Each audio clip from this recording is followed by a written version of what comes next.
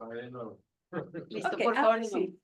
Para mí es un placer de nuevo presentar al doctor Daniel Carpintero. Él es profesor titular de Dinámica Estelar en la Facultad de Astronomía de la Universidad Nacional de La Plata en Argentina.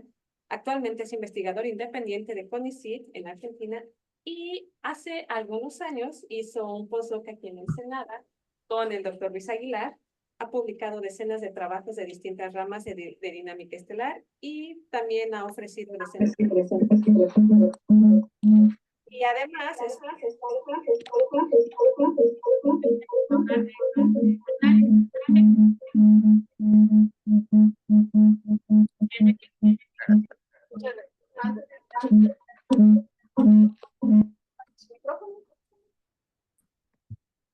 ¿Listo?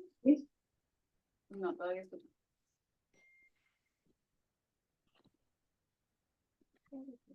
Ok, si no lo hago yo. Bien, entonces vamos a... Eso.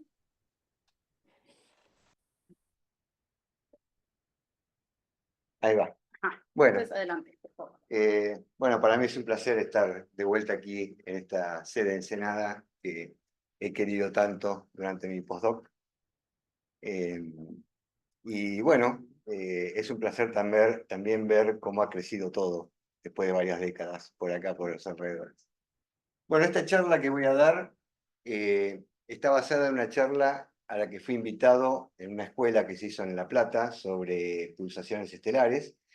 Y como la gente sabía que yo hacía análisis de señales con respecto a la dinámica estelar, o sea, buscar distintas frecuencias que hubieran en órbitas, en las posiciones orbitales y velocidades, me invitaron. Y yo dije, bueno, pero pulsaciones estelares, yo no soy del ramo, ¿no es cierto? Así que me puse a investigar un poco y encontré efectivamente que había una técnica, la de Lomsdal, que es la que vamos a hablar ahora, que por supuesto me resultó también muy útil, pero que al investigar un poquito me di cuenta que a veces no estaba del todo bien usada o no se entendía bien cómo usarla correctamente. Entonces me pareció bueno aclarar un poquito todos estos puntos.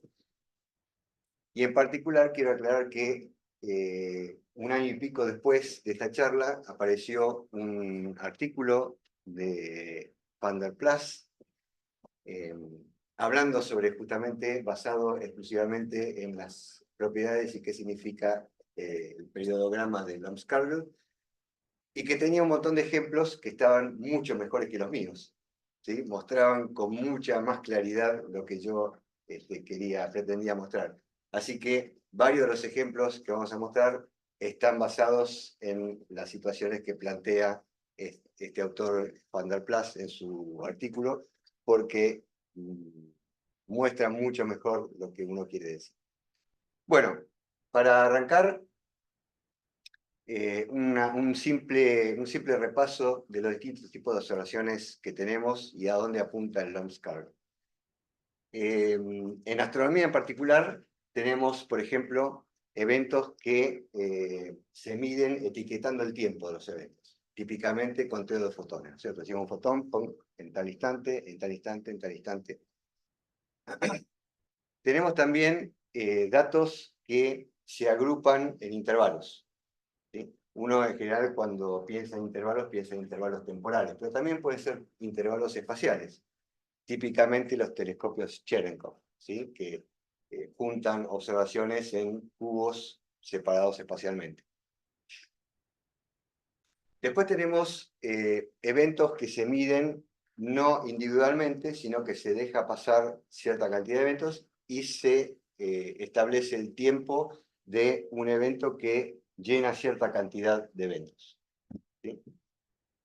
Típicamente rayos gamma, que se usa esta técnica. Se dejan pasar varios rayos gamma y después de tantos rayos gamma, pon el tiempo que tardó en llegar 10 o 15, lo que sea.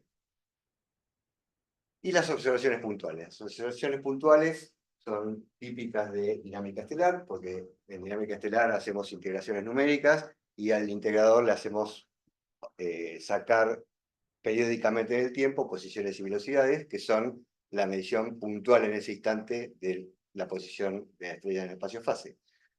Pero también es la típica observación de fotometría, por ejemplo, donde uno mide magnitud en un cierto instante, magnitud en otro instante, y así siguiendo. Bueno, nosotros nos vamos a centrar en observaciones puntuales, que es donde se aplica mayoritariamente el periodograma de Lambskargl. Bueno, para encontrar señales en datos, yo creo que hay tantos métodos como matemáticos se han dedicado a la astronomía en la historia, ¿sí? Así que uno cuenta matemáticos y tiene el número de méritos. Pero yo creo que podría clasificarse en 4 grandes grupos. Los métodos de Fourier, que son los clásicos, ¿sí? Donde transformamos lo que pasa en el tiempo a su espacio dual, entre comillas, que sería el espacio de las inversas del tiempo, las frecuencias, donde tenemos, bueno, el método clásico de la transformada de Fourier, tenemos el periodograma clásico de Schuster, que es una modificación basada en la transformada de Fourier, el periodograma de Lambskargl, que es sobre el cual vamos a hablar, funciones de correlación, no nos vamos a meter demasiado en eso, y ondinas. Son todas variaciones del mismo concepto de la transformada de Fourier. Pero también tenemos los métodos que llamamos de doblado de fase, de superposición de fase. Aquí lo que se hace es, bueno, yo supongo que mis datos tienen una señal de un periodo, que contiene una señal de un determinado periodo, un día, por decir algo. Y entonces superpongo toda la ristra que tengo de observación del tiempo en el periodo de un día. O sea, pongo todo módulo un día. Y veo lo que queda. Si le acerté al periodo, los puntos quedan bien acomodaditos, salvo errores de observación. Y si no, me queda todo desordenado. Entonces, yo tengo que probar distintos periodos y ver cuál es el que queda mejor, más ordenado. ¿Cómo cuantifico el ordenamiento? Bueno, están los métodos de longitud de la cuerda, que es simplemente unir los puntos sucesivos con segmentos y medir la longitud del segmento resultante. El que tiene el camino menor es el que está más ordenado. Pero también lo podemos hacer mediante análisis de varianza, que es simplemente reordenar todo en un histograma y buscar cuál es el que tiene la menor dispersión, o directamente tomar el rectángulo tiempo en abscisas versus lo que esté midiendo en ordenadas y hacer un cálculo de entropía que me dice directamente cuánto desorden hay en ese rectángulo. Después tenemos los métodos de mínimos cuadrados. Los métodos de mínimos cuadrados, acá tenemos para el problema que estamos queriendo, que es encontrar señales en datos, el periodograma de Lambskargl y, bueno, el supersuavizado es un nombre rimbombante para hablar de simplemente hacer mínimos cuadrados en forma local, en lugar de global. Y finalmente los métodos bayesianos, tan de moda hoy en día. El acomodamiento de fases en intervalos es similar al análisis de varianza, hay que armar un histograma y ver cuál es la menor dispersión. Y los procesos estocásticos que están de moda, la cadena de Markov y Monte Carlo y todo eso. Bueno, nosotros nos vamos a dedicar a el periodograma de Lambskargl, para lo cual vamos a hablar un poquito de transformada de Fourier y del periodograma clásico, para llegar a qué estamos haciendo con el periodograma de Lambskargl, ¿sí? Y quienes no se hayan dormido ya a esta altura de la charla, habrán notado que el periodograma de Lambskargl aparece también aquí abajo, ¿sí? Bueno, esta interpretación de mínimos cuadrados del periodograma de Lambskargl es el que permite que este periodograma sea tan útil, ¿sí? Porque, bueno, no vamos a spoilear el final, pero bueno, vamos a ver por qué. Ok, vamos a arrancar entonces con la transformada de Fourier, ¿sí? Para muchos esto va a ser un simple repaso de lo que vieron en análisis. Para otros tal vez no lo vieron nunca de esta manera, yo lo digo igual. Primero vamos a partir de la transformada continua de Fourier. ¿Qué estamos haciendo cuando hacemos una transformada de Fourier? vamos a ir un paso atrás. Vamos a suponer un espacio tridimensional, donde a los ejes, en lugar de llamarlos X y Z, los llamamos X a la 0, o sea, el número 1, X a la 1, o sea, la variable X, y X al cuadrado. Y ponemos un punto en este espacio. Este punto tiene coordenadas a sub 0, a sub 1 y a sub 2. ¿Y qué nos está describiendo este punto? Bueno, claramente, como cada eje es un monomio de distinto grado, lo que nos está describiendo es un polinomio de segundo grado. ¿Sí? Entonces, claramente, el conjunto de los puntos de este espacio es el conjunto de todos los polinomios de grado 3 que hay, ¿sí? Con distintos coeficientes. Tenemos que destacar que esto es posible porque cada uno de los ejes que pusimos son linealmente independientes de los otros. Es decir, no puedo lograr x al cuadrado combinando linealmente x a la 0 y x a la 1. ¿Sí? Bueno, todo muy rico, todo muy lindo, pero ¿qué con esto? Bueno, si yo... bueno, notación compacta típica de polinomios con una sumatoria, ¿sí? Que vamos a usar más adelante. Bueno, ¿qué pasa si yo agrego un cuarto eje ortogonal al resto? Que lo etiqueto con x cubo. Bueno, un punto en ese espacio de dimensión 4 va a ser un polinomio de grado 3. Y yo puedo seguir agregando ejes ortogonales. Acá tenemos un hermoso dibujo de un montón de ejes ortogonales entre sí. Después dicen que no se puede ver 4 dimensiones. Bueno, si yo sigo completando y sigo llegando hasta x al infinito, ¿sí? Cuando pongo un punto en ese espacio, tengo un polinomio de cualquier grado. ¿Sí? En particular, si escribo mi polinomio f de x como una suma infinita de términos, la puedo expresar en forma compacta como suma infinita, y esto ahora, visto así, es lo que uno reconoce como la serie de Taylor de la función f, ¿no es cierto? Con lo cual, ya no necesariamente f de x tiene que ser un polinomio cuando llegamos a grado infinito, sino que cualquier función continua a trozos puede ser descrita con esta suma. Bueno, habiendo hecho como nomenclatura para futuro, el coeficiente a sub n de cada monomio x a la n, su cuadrado lo llamamos la potencia del exponente n en la función f de x. Es decir, cuánto me está colaborando esa potencia a la función x.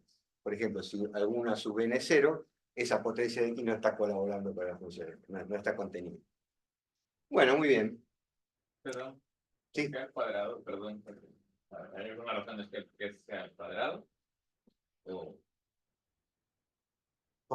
Sí, porque la potencia se define siempre como una cantidad positiva. okay. Entonces, simplemente se podría hacer el módulo directamente, ¿sí? Cambiando la escala a lo que uno llama potencia. Pero como suele hacerse, sobre todo en astronomía, al cuadrado directamente. Claro. Bueno, hagamos el mismo experimento, pero ahora en lugar de buscar como ejes linealmente independientes a los distintos monomios, la potencia de x, usemos como ejes independientes distintas exponenciales imaginarias con un dado valor de omega y los distintos múltiplos de ese omega. ¿Sí? Como estamos poniendo omega t, t lo asociamos al tiempo, omega lo asociamos a la frecuencia. ¿Sí? Aunque, por supuesto, la interpretación física puede ser cualquier otra. Bueno, en este caso, entonces, si ponemos un punto en el espacio, lo que estamos haciendo es describir a una función f de t, que es la suma de tres exponenciales linealmente independientes. Y, en este caso, simplemente para ahorrar un poco de notación y que no quede tan feo todo, escribimos al múltiplo de omega como omega sub n, al múltiplo enésimo de omega como omega sub n, y entonces escribimos a esta función con esta sumatoria. Bueno, ahora hacemos el mismo experimento que antes. Seguimos llenando de ejes nuestro espacio, seguimos poniendo múltiplos de este valor omega arbitrario, Y lo que obtenemos, y en este caso agregamos múltiplos negativos también, por conveniencia. Y entonces tenemos una suma infinita, pero doblemente infinita ahora, donde a la función f la podemos escribir con ciertos coeficientes a que dependen del múltiplo de omega por la exponencial imaginaria de ese múltiplo de omega. Y esto lo reconocemos inmediatamente como la serie de Fourier de la función f. Para llegar a la expresión estándar de la serie de Fourier, lo que hacemos es simplemente a estos coeficientes a los reescribimos como g sobre raíz de 2pi. Es totalmente arbitrario. Esto es para generar simetría con lo que viene después. Pero en realidad es totalmente irrelevante hacer esto. Bueno, en este caso, volvemos a decir que el coeficiente g omega n es el cuadrado de ese coeficiente, es la potencia que corresponde al exponencial de e a la menos i omega nt de la función f. Pero en este caso, como estamos involucrando números imaginarios, ¿sí?, estos coeficientes en general van a ser números imaginarios. Entonces, no es el simple cuadrado, sino que queremos un número positivo, entonces es el cuadrado del módulo, en este caso. Bueno, muy bien.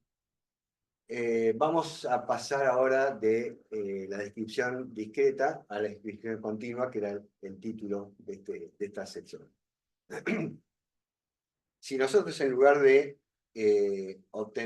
usar múltiplos de un valor de omega, 1 omega, 2 omega, 3 omega, quisiéramos usar cualquier valor real de omega, como uno esperaría que tener que usarlo, ¿cierto? Porque una frecuencia de realidad podría ser cualquier número real. Entonces, lo que hacemos es transformar el g omega n en una función de la variable real omega. La sumatoria nos transforma en una integral sobre omega, y por supuesto los múltiplos omega n pasan a ser la variable real omega. Entonces, directamente nos queda la expresión que conocemos de la transformada de Fourier, ¿sí? En realidad, esto que tenemos acá es la antitransformada de Fourier de la función g. ¿Sí? Nosotros tenemos una función g, que es la función que obtuvimos al continuizar los coeficientes, y su antitransformada, que es hacerle todas estas operaciones, nos da la función f original que tenemos. Bueno, en este caso podemos visualizar esta función g de omega como lo que serían el conjunto de coeficientes, nada más que estos coeficientes es una función continua, es un continuo de coeficientes.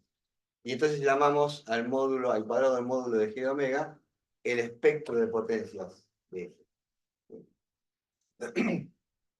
Ahora sería como una densidad de potencia de g de omega. Bueno, fíjense que este valor de g de omega, si uno lo pudiera recuperar, si uno lo pudiera tener, ¿sí?, tendría en sus manos cómo es la distribución de potencia, cuánto colabora cada omega real a mi función f, ¿sí? Tendría el contenido de f con cada omega que se me ocurra número real. Y así que es una función que nos gustaría tener. Bueno, la podemos obtener. Simplemente tenemos que pasar lo que seguramente aprendimos en análisis matemático, de pasar de transformada a antitransformada o viceversa, ¿cierto? A la antitransformada la multiplicamos en ambos miembros por e a la i, una variable nueva, omega prima por t. Luego integramos al tiempo. Lo importante acá es integrar a todo el dominio de la función tiempo, ¿no es cierto? Todos los valores de t que estén abarcados. Y ahora intercambiamos el orden de estas dos integrales. Como las dos integrales tienen límites que son numéricos, entonces no hay ningún problema, las podemos intercambiar sin tener que buscar el recinto de integración y todo eso. Pero lo bueno es que g de omega, como no depende de t, puede salir de la integral interior ahora, y nos queda esta integral. ¿Y para qué hicimos esto? Porque esta integral es una de las tantas definiciones de la delta de Dirac, esa famosa distribución que vale 0 en todo su dominio, excepto cuando su argumento, en este caso omega menos omega prima, vale 0, que no tiene un valor definido, pero que si lo integramos en un recinto donde está ese valor, nos da 1. Bueno, cambiando entonces esa definición por la delta Dirac, la delta Dirac, acá la tenemos justamente integrada en un intervalo donde está contenido omega prima, así que esto nos da 1, pero como está multiplicado por g de omega va a valer 0 siempre esa integral, salvo cuando omega valga omega prima, así que nos queda g de omega prima. Y entonces, finalmente, el miembro derecho nos queda raíz de 2pi por g de omega prima. Acá se ve por qué habíamos usado el raíz de 2pi originalmente en el denominador, porque entonces con este 2pi nos queda simétrico acá. Y como la variable omega ha desaparecido, si comparamos el primer miembro con el último, podemos renombrar omega prima como omega y tenemos finalmente lo que queríamos, la expresión de la función g de omega. Esto es lo que llamamos la transformada de Fourier de la función f, que nos da precisamente lo que ya sabemos. Una función cuyo módulo al cuadrado nos dice cuánto está colaborando cada omega a mi función f de t, cada frecuencia a mi función f de t. Bueno, a veces conviene usar una notación de funcionales. Uno dice una funcional es una función cuyo argumento es una función. Entonces uno dice, bueno, todas estas operaciones sobre f son una operación f mayúscula sobre la función f que me da otra función que w. Y por supuesto la antitransformada la puedo escribir también en términos de esta funcional, nada más que como una es la inversa de la otra, la podemos escribir como f a la menos 1 sobre la función g, me devuelve la función original. Ok. Bueno, vamos a ver algunos ejemplos que nos van a ilustrar un poquito a dónde queremos llegar con todo esto. Supongamos que tenemos como nuestra señal es una simple sinusoide, que es, digamos, ¿quién no ha soñado medir algo y que sea una simple sinusoide? Eso está todo resuelto. Bueno, una sinusoide de un cierto periodo t, que lo podemos escribir como 2pi sobre omega, como siempre. Bueno, si calculamos su transformada de Fourier, obtenemos algo que es esperable, 2 deltas de Dirac. Una delta de Dirac en particular en la frecuencia omega, porque nos dice, bueno, todo el contenido de frecuencia de esta señal está en la frecuencia omega, y no hay otra cosa. Pero nos aparece un menos omega, que es simplemente que matemáticamente, a la matemática no le importa si el tiempo va para atrás o para adelante, ¿no es cierto? Y esta señal se podría haber obtenido también yendo hacia atrás en el tiempo, en cuyo caso estaría compuesta de una frecuencia menos omega. Así que una de las propiedades de la transformada de Fourier es que si la señal es real, como son todas las señales en astronomía, la transformada de Fourier es par siempre. Así que todo el contenido informativo de la parte negativa de frecuencias lo podemos tirar, nos interesa. Es una reproducción de lo que pasa en la parte positiva. Bueno, como otro ejemplo que nos concierne, supongamos que nuestra señal es gaussiana. O sea, no estamos midiendo muy poquito, de repente sube la señal y baja con forma gaussiana. Y con una dispersión sigma. Cuando hacemos la transformada de Fourier de esto, lo que obtenemos es sorpresivamente otra gaussiana. Nada más que esta gaussiana tiene una dispersión que es la recíproca de la dispersión original.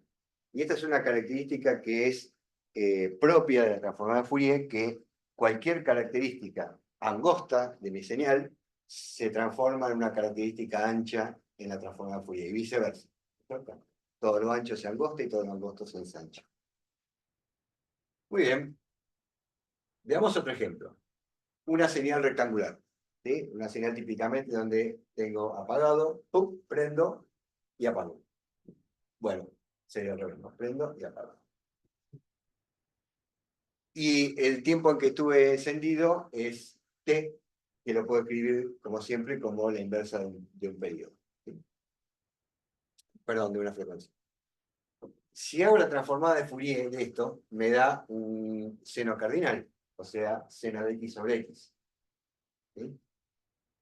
el ancho del pico máximo del seno cardinal es tanto más angosto cuanto más larga haya sido esta ventana, y viceversa. Esto es importante porque fíjense que normalmente uno no viene observando desde el Big Bang, sino que un día se levanta, prende el telescopio y empieza a observar, ¿no? Y en algún momento deja de observar. Así que esto va a estar involucrado sí o sí en las observaciones. ¿Qué pasa si nuestra señal es un peine de Dirac? Es decir, una secuencia de deltas de Dirac distribuidas uniformemente en el tiempo. Es decir, prende instantáneamente, prende instantáneamente, prende instantáneamente, y voy observando. Típicamente es lo que pasa en dinámica estelar, ¿no es cierto? Nosotros tenemos una órbita integrada en la computadora y simplemente tenemos puntitos uno atrás del otro a intervalos regulares. Bueno, si hacemos la transformada de Fourier de esto, nos da otro peine de Dirac. Nada más que, como siempre, cuanto más juntitos estén los dedos del peine acá, más separados van a estar acá. Muy bien. Algo que nos va a ser muy útil y muy difícil de solucionar en lo que sigue, es el tema de convolución relacionado con la transformada de Fourier. Bueno, sin entrar en detalles matemáticos, por definición, la convolución de dos funciones es simplemente la integral del producto de ambas, excepto que una de ellas está desplazada en el tiempo con respecto a la otra. Es como que yo tengo las dos figuras de las funciones, la voy pasando una por arriba de la otra y voy integrando al mismo tiempo. ¿Sí? Bueno, hay un teorema de convolución que me dice que la transformada de Fourier de la convolución de dos funciones es simplemente el producto de la transformada de Fourier de ambas funciones. Por un corolario directo, que es la transformada de Fourier del producto de dos funciones, o sea, punto a punto voy multiplicando cuánto vale, es el producto de convolución de la transformada de Fourier de ambas. Bueno, ¿y a qué viene esto? Viene a que cuando nosotros observamos algo, como decíamos recién, la señal original no es lo que estamos mirando. Naturalmente siempre tenemos una ventana. Una o varias ventanas. Por ejemplo, si observamos en distintos momentos del tiempo, tenemos un peine de Dirac como ventana. Pero además probablemente tengamos una ventana rectangular, que es cuando empezamos y cuando terminamos. ¿Sí? Y incluso vi en alguna de estas aulas un hermoso espectro de absorción de la atmósfera, ¿sí? Otra ventana para quienes observan con esa longitud. Bueno, entonces, en definitiva, cuando nosotros hacemos la transformada de Fourier de nuestra hermosa observación, ¿sí? Lo que en realidad estamos haciendo es convolucionando la transformada de Fourier de nuestra señal con la de la ventana. Y esto es inevitable. La ventana siempre va a estar. No la podemos sacar de encima. Bueno, un ejemplo. Tenemos una señal que está compuesta por 4 ceros de distinta amplitud, de distinta frecuencia, que da esa forma. Y supongamos que la observamos durante un cierto periodo de tiempo nada más. Una ventana rectangular. Hacemos el producto puntual de ambas funciones y esto es lo que realmente estamos observando. Nada hasta que empezamos a observar y después nada de vuelta. ¿Qué pasa en el reino de las frecuencias, en la transformada de Fourier? Bueno, la transformada de nuestra señal original, como habíamos anticipado, acá están los 4 senos que conforman la señal original. La transformada de la ventana es un seno cardinal. Y ahora cuando convolucionamos los dos, fíjense lo que pasa. El seno cardinal se reproduce en cada uno de los picos de la ventana de la transformada de Fourier de nuestra señal.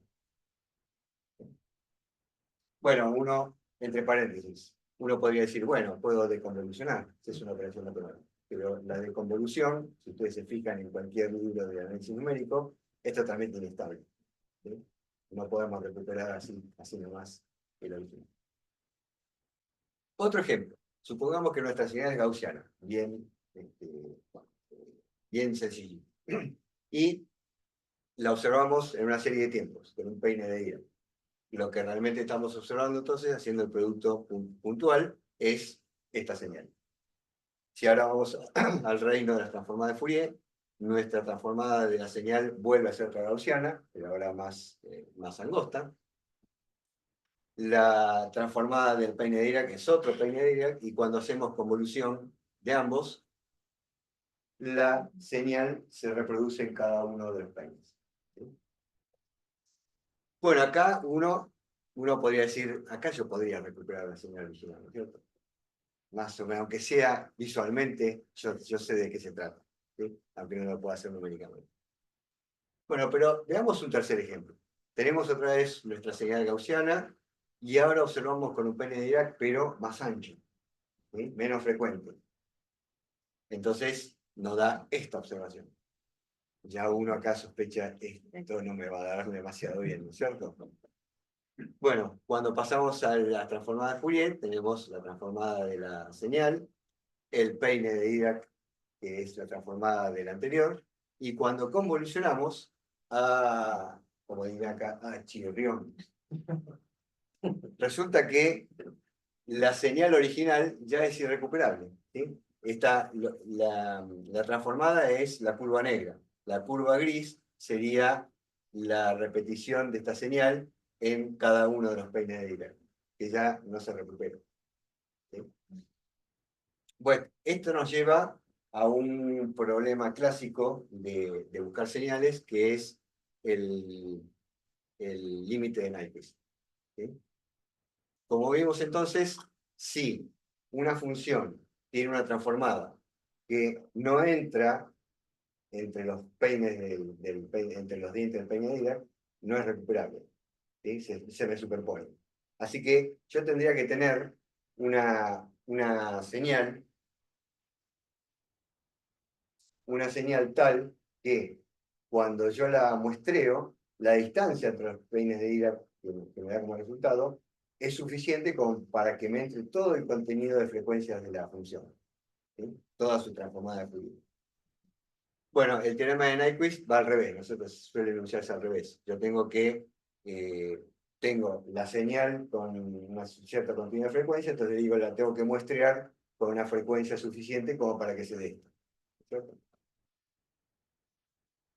Bueno, y antes de entrar en peridogramas, un último tema que es la transformada discreta.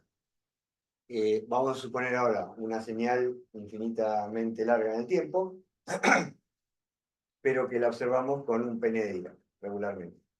Entonces, lo que estamos observando es el producto puntual de nuestra señal por, bueno, esta triple I, esta señal en un peine de Dirac a distancia delta t entre cada diente. Cuando hacemos la transformada de Fourier, bueno, hacemos las matemáticas y nos da esto, ¿sí? Que lo podemos escribir de esta manera si reescribimos f evaluado en cada múltiplo de delta t como f sub n. Bueno, pero en la práctica, además del peine de Dirac, nosotros tenemos un momento inicial y un momento final de observación, o sea, una ventana rectangular. Así que esta suma no va a ir nunca de menos infinito a infinito, porque el n delta t no va de menos infinito a infinito, sino de un cierto instante inicial hasta el número de muestras que yo haya tomado, hasta n. Entonces, esto es lo que conocemos como la transformada discreta de Fourier, ¿sí? Que, como vimos, como está armada, no es más que la transformada de una señal a la que le aplicamos una ventana de peine de Dirac y además una ventana rectangular. ¿Sí? Que es la situación habitual. Bueno, acá reproducimos la transformada discreta para tener a la vista. Y vamos al periodograma clásico de Schuster, que fue el primero que lo planteó, que se define de esta manera. ¿Sí? Fíjense que, salvo el 1 sobre n, es simplemente el cuadrado del módulo de cada una de estos términos. ¿Sí?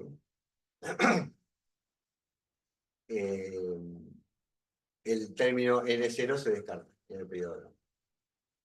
O sea que estamos hablando de armar una función de omega donde lo que se le hace a cada omega es lo mismo que se le hace como transformada de Fourier discreta a una función observada con peña de Dirac y ventana rectangular.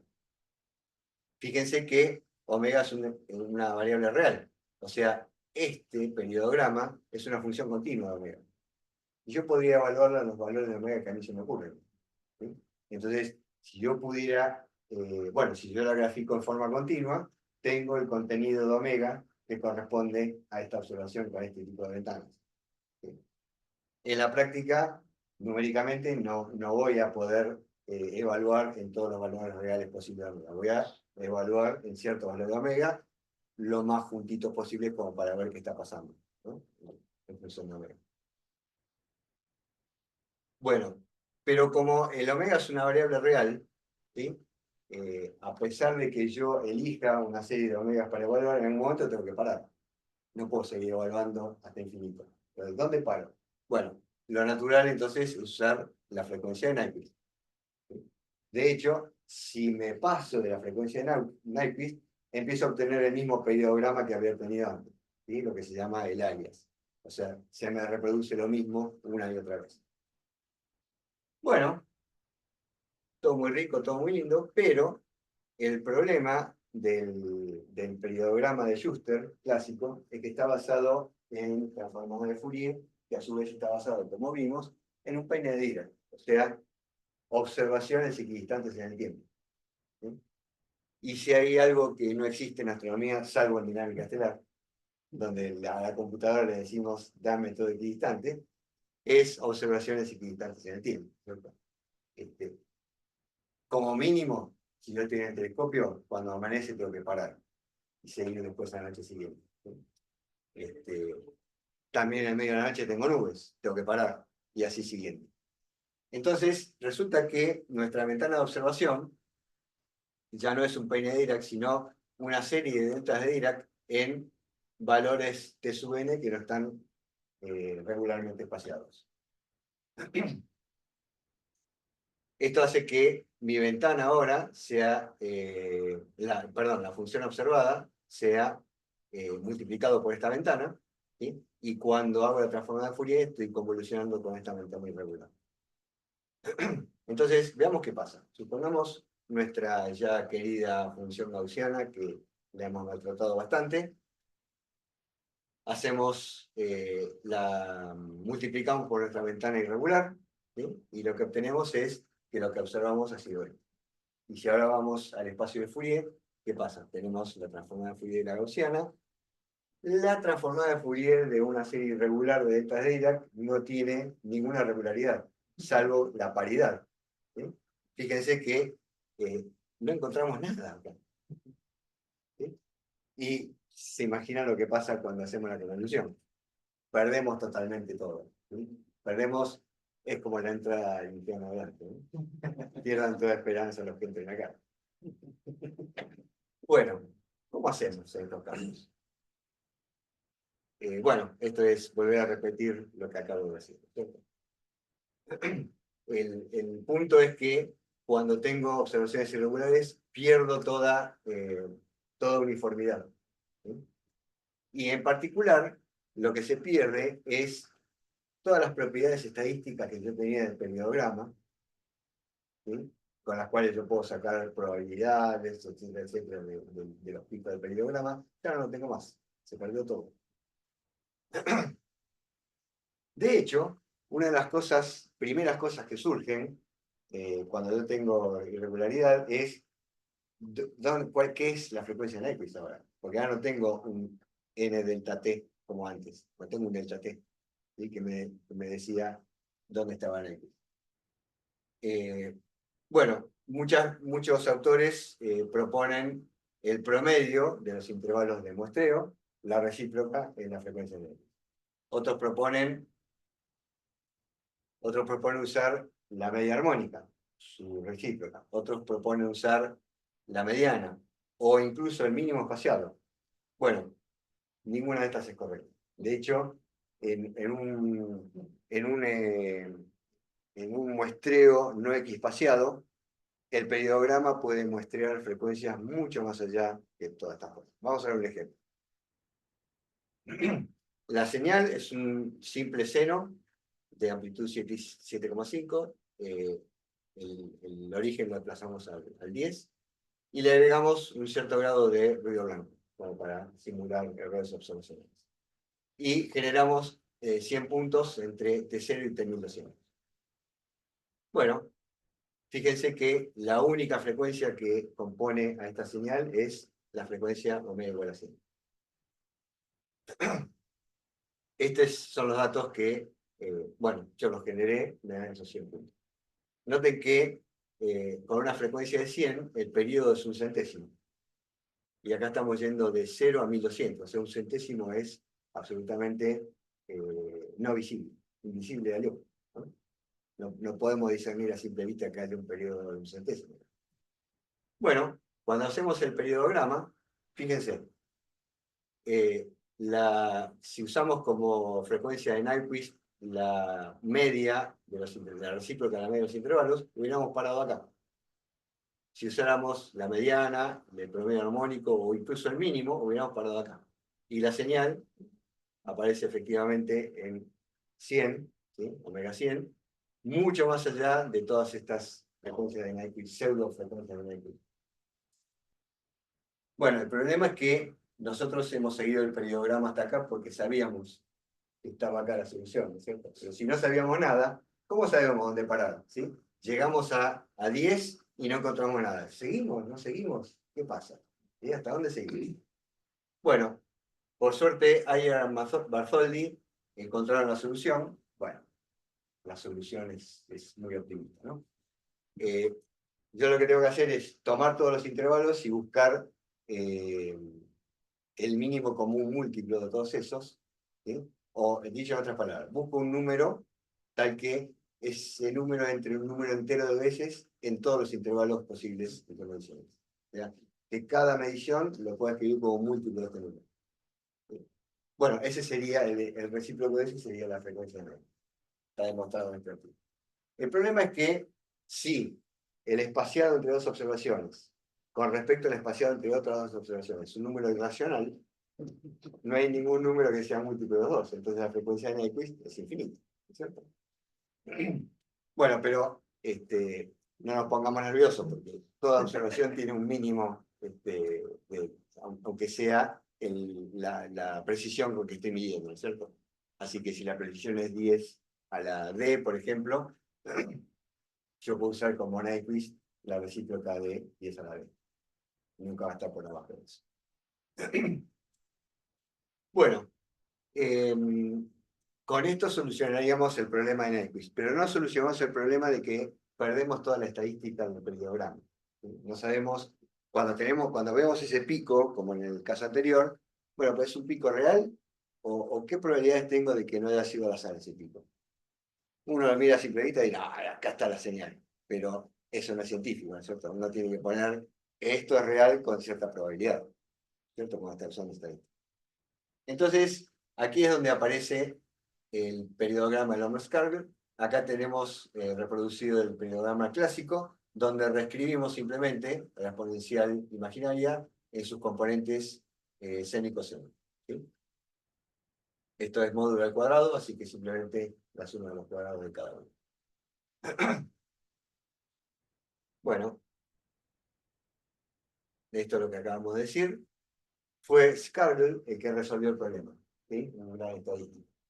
Lo que propone es generalizar el periodograma incorporando tres funciones nuevas, A, B y tau, funciones de omega. ¿Por qué tres? Porque quiere encontrar las expresiones de esas tres funciones para satisfacer tres condiciones.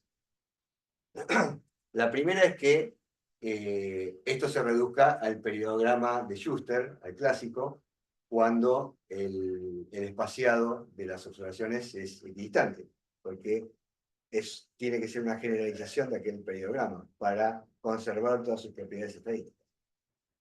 La segunda propiedad que quiere conservar es que con esta nueva expresión yo pueda calcular estadísticas, pueda calcular probabilidades, pueda calcular niveles de significación, etcétera, etcétera.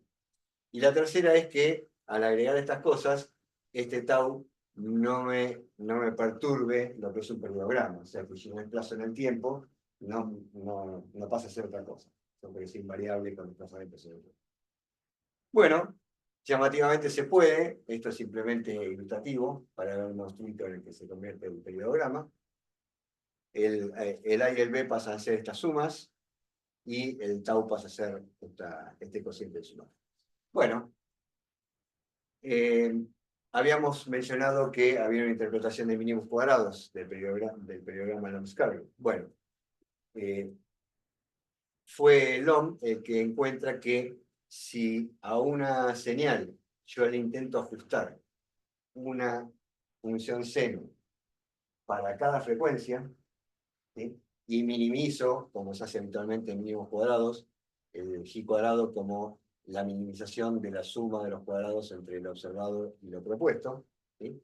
Donde los parámetros a ajustar son la amplitud y la fase. Bueno, eso es equivalente al periodograma de Lom-Scarlett, ¿sí? Se puede escribir de esta manera, donde el G sub 0 es simplemente la dispersión del grado. O sea que el periodograma Lom-Scarlett es minimizar, hacer mínimos cuadrados proponiendo una onda distinta para cada frecuencia omega. Notable. Bueno, esta interpretación nos permite incorporar al periodograma Lom-Scarlett muy fácilmente los errores de medición, que, dicho sea de paso, en el de Schuster también se podía hacer siempre que las mediciones sean equidistantes. Una vez que las mediciones se fueran de equidistantes, ya no había manera de hacer esto.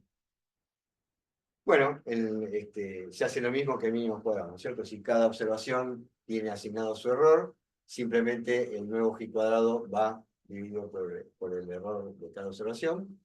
Y cuando uno inserta esto en el periodograma Lom-Scarlett, lo único que sucede es que a cada sumatoria se le agrega el peso WN, donde WN es el clásico peso de cada uno de esos errores. Así que es muy fácil incorporarlo. Bueno, antes de entrar en la estadística en sí, un par de situaciones que a veces no se tienen en cuenta y que es bueno aclararlas porque hoy en día muchas veces usamos cajas negras, ¿sí? Voy a hacer un Lom-Scarlett, agarro el Python, Lom-Scarlett, te tiro los datos, me sacas algo. Y no tengo ni idea de lo que pasó adentro, ¿sí? Y como yo siempre le digo a mis alumnos, lo lindo, lo divertido de la ciencia es entender las cosas, ¿sí?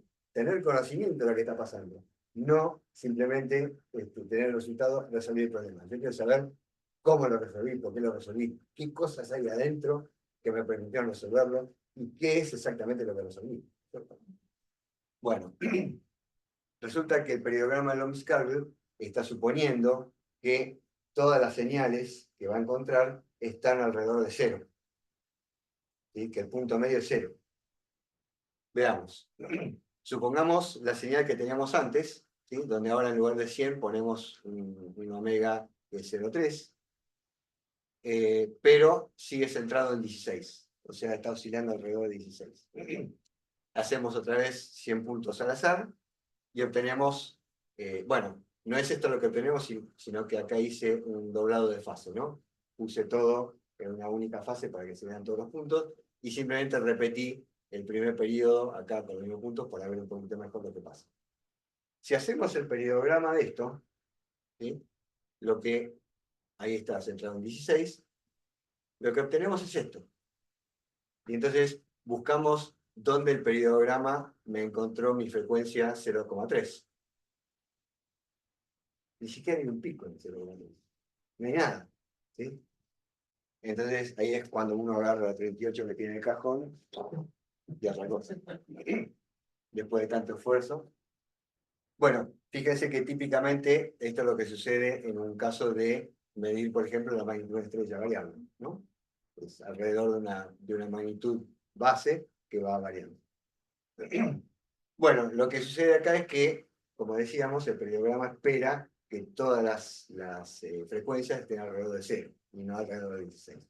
Si uno simplemente le resta 16 a todos los datos, exactamente lo mismo, pero menos 16, y al periodograma. Ah, chirrión. Ahora sí. Ahora en 03 tenemos nuestra señal bien. Bueno. Otro problema típico del periodograma Lambskargel es los rangos que se pierden. Esto también es típico de observar estrellas, por ejemplo, porque el telescopio tiene una magnitud límite. ¿Sí? Pero supongamos que la magnitud de una estrella son los mismos datos que antes, pero nuestro telescopio tiene una magnitud límite 16,8, creo que puse acá. O sea que todos estos datos no se observan. Acá no se observa nada. ¿Sí? Cuando hacemos el periodograma, algo encuentra, porque hay datos que tienen oscilaciones periódicas, pero la frecuencia no es la correcta, sin duda. Ahí le restó 16 también. Acá sí, para hacer el periodograma sí.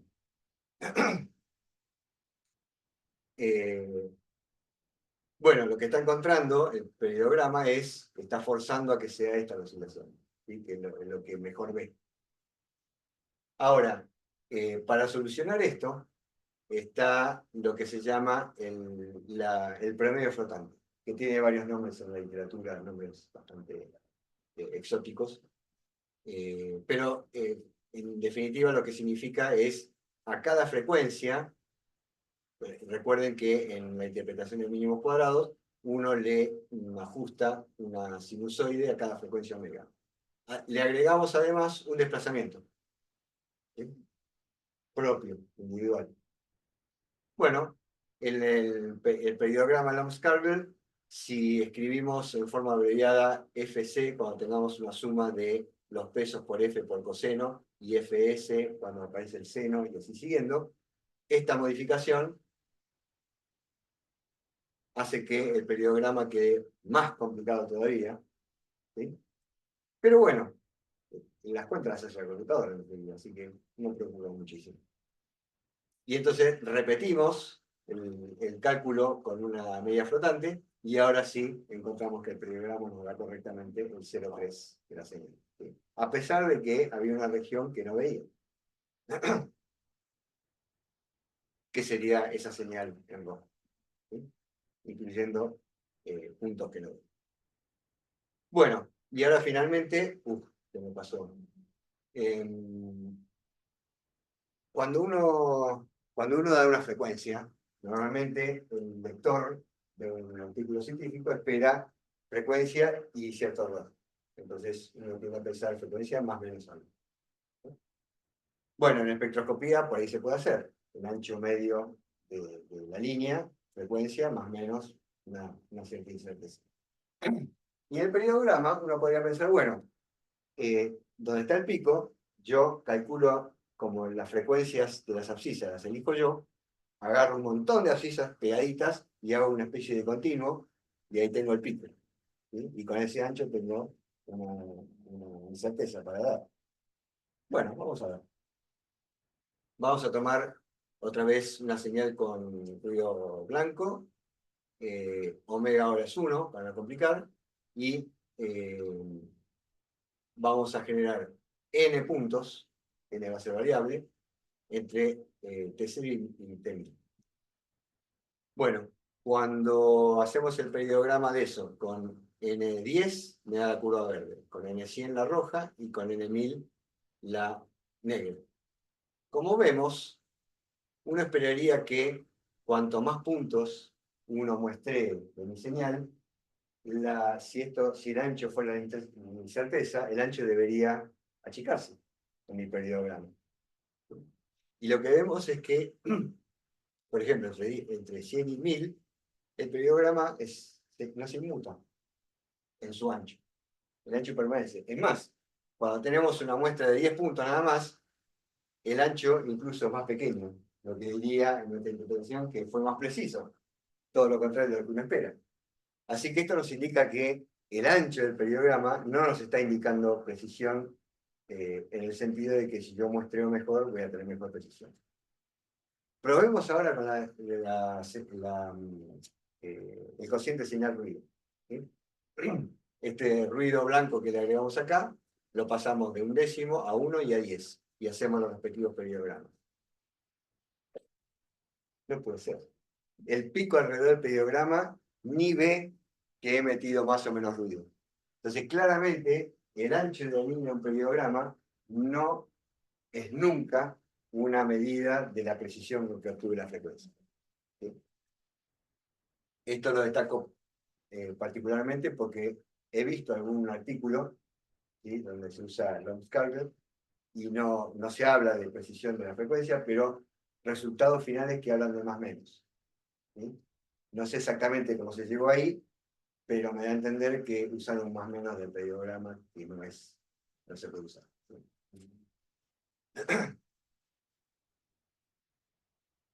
Bueno, lo que sí se puede usar estadísticamente es lo que se llama probabilidad de falsa alarma.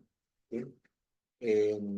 Básicamente lo que yo quiero es, cuando tengo un pico, comparar eso con lo que sería una señal, una medición sin señal, que sea todo ruido, gaussiano, y ver qué probabilidad hay de haber obtenido en ese ruido un pico tan alto.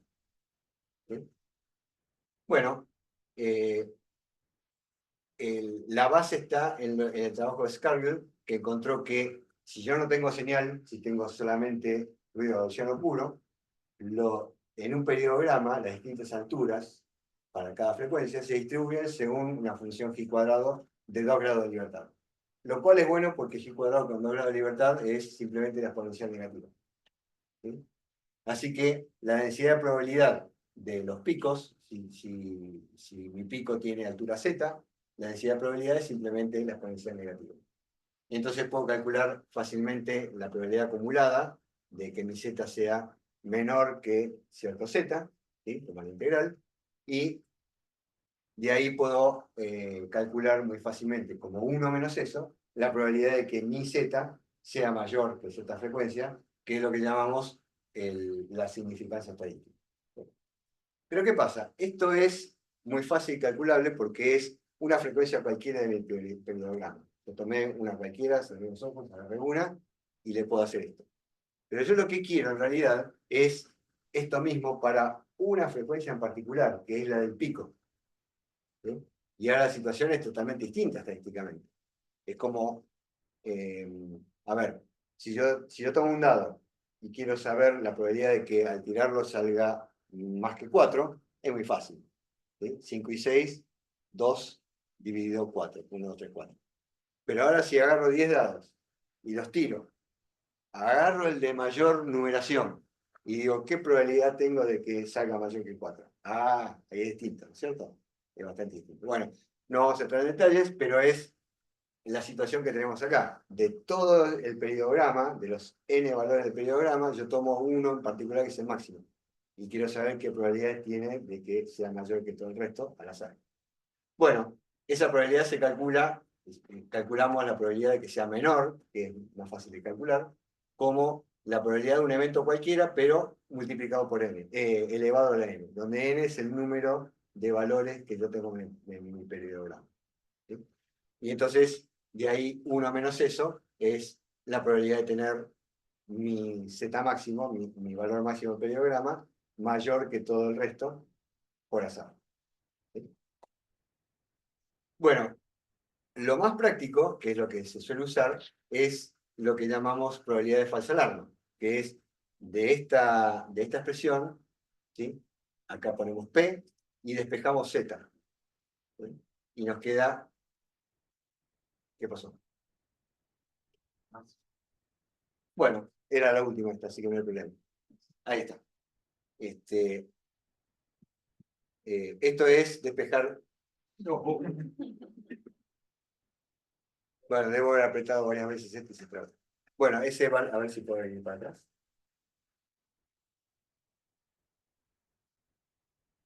Ahí va. Este valor de Z, entonces, ¿cómo lo trabajo? Yo tomo mi periodograma, ¿sí? Y digo, bueno, voy a ver cuál es el nivel de los picos del 90% de probabilidad de que haya salido al azar. Entonces pongo acá P09, calculo el Z, ¿sí? Y entonces en ese nivel de Z trazo una línea horizontal. Ahora calculo el nivel del 95%, del 99%, del 50%. Tengo los niveles de probabilidad. Y ahora planto ahí mi periodograma, y si algún pico supera, por ejemplo, 99, el nivel de 99, digo, esta es una señal con un 1% de chance de que no sea señal, ¿sí? De que sea al azar.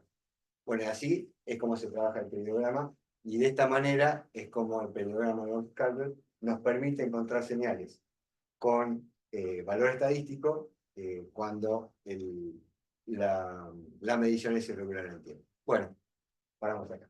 Gracias por su atención.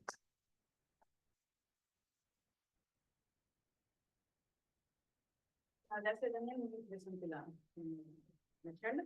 Si alguien tiene alguna pregunta muy rápido, porque ya llegamos al límite de tiempo, entonces pueden hacerlo ahora. Y si no, tenemos la convivencia social, ahora después del coloquio, donde también pueden interactuar con Daniel y hacerle preguntas.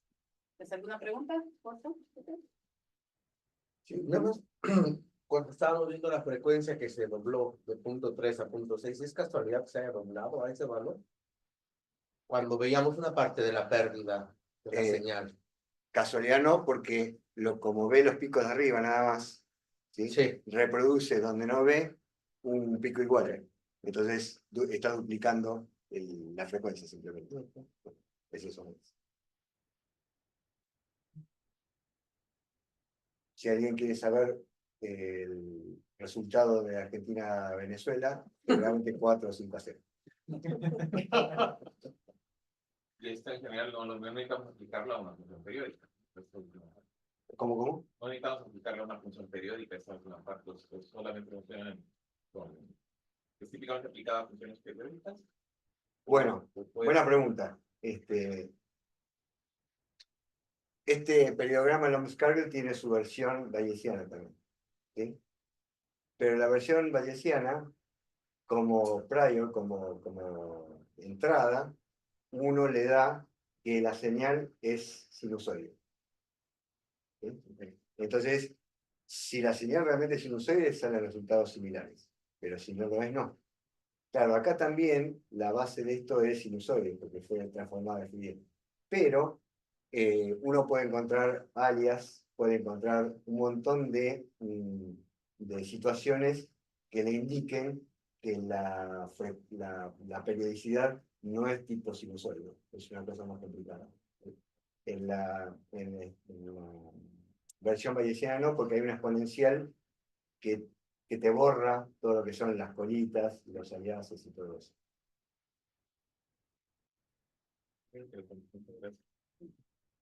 Agradecemos de nuevo a Daniel. Gracias.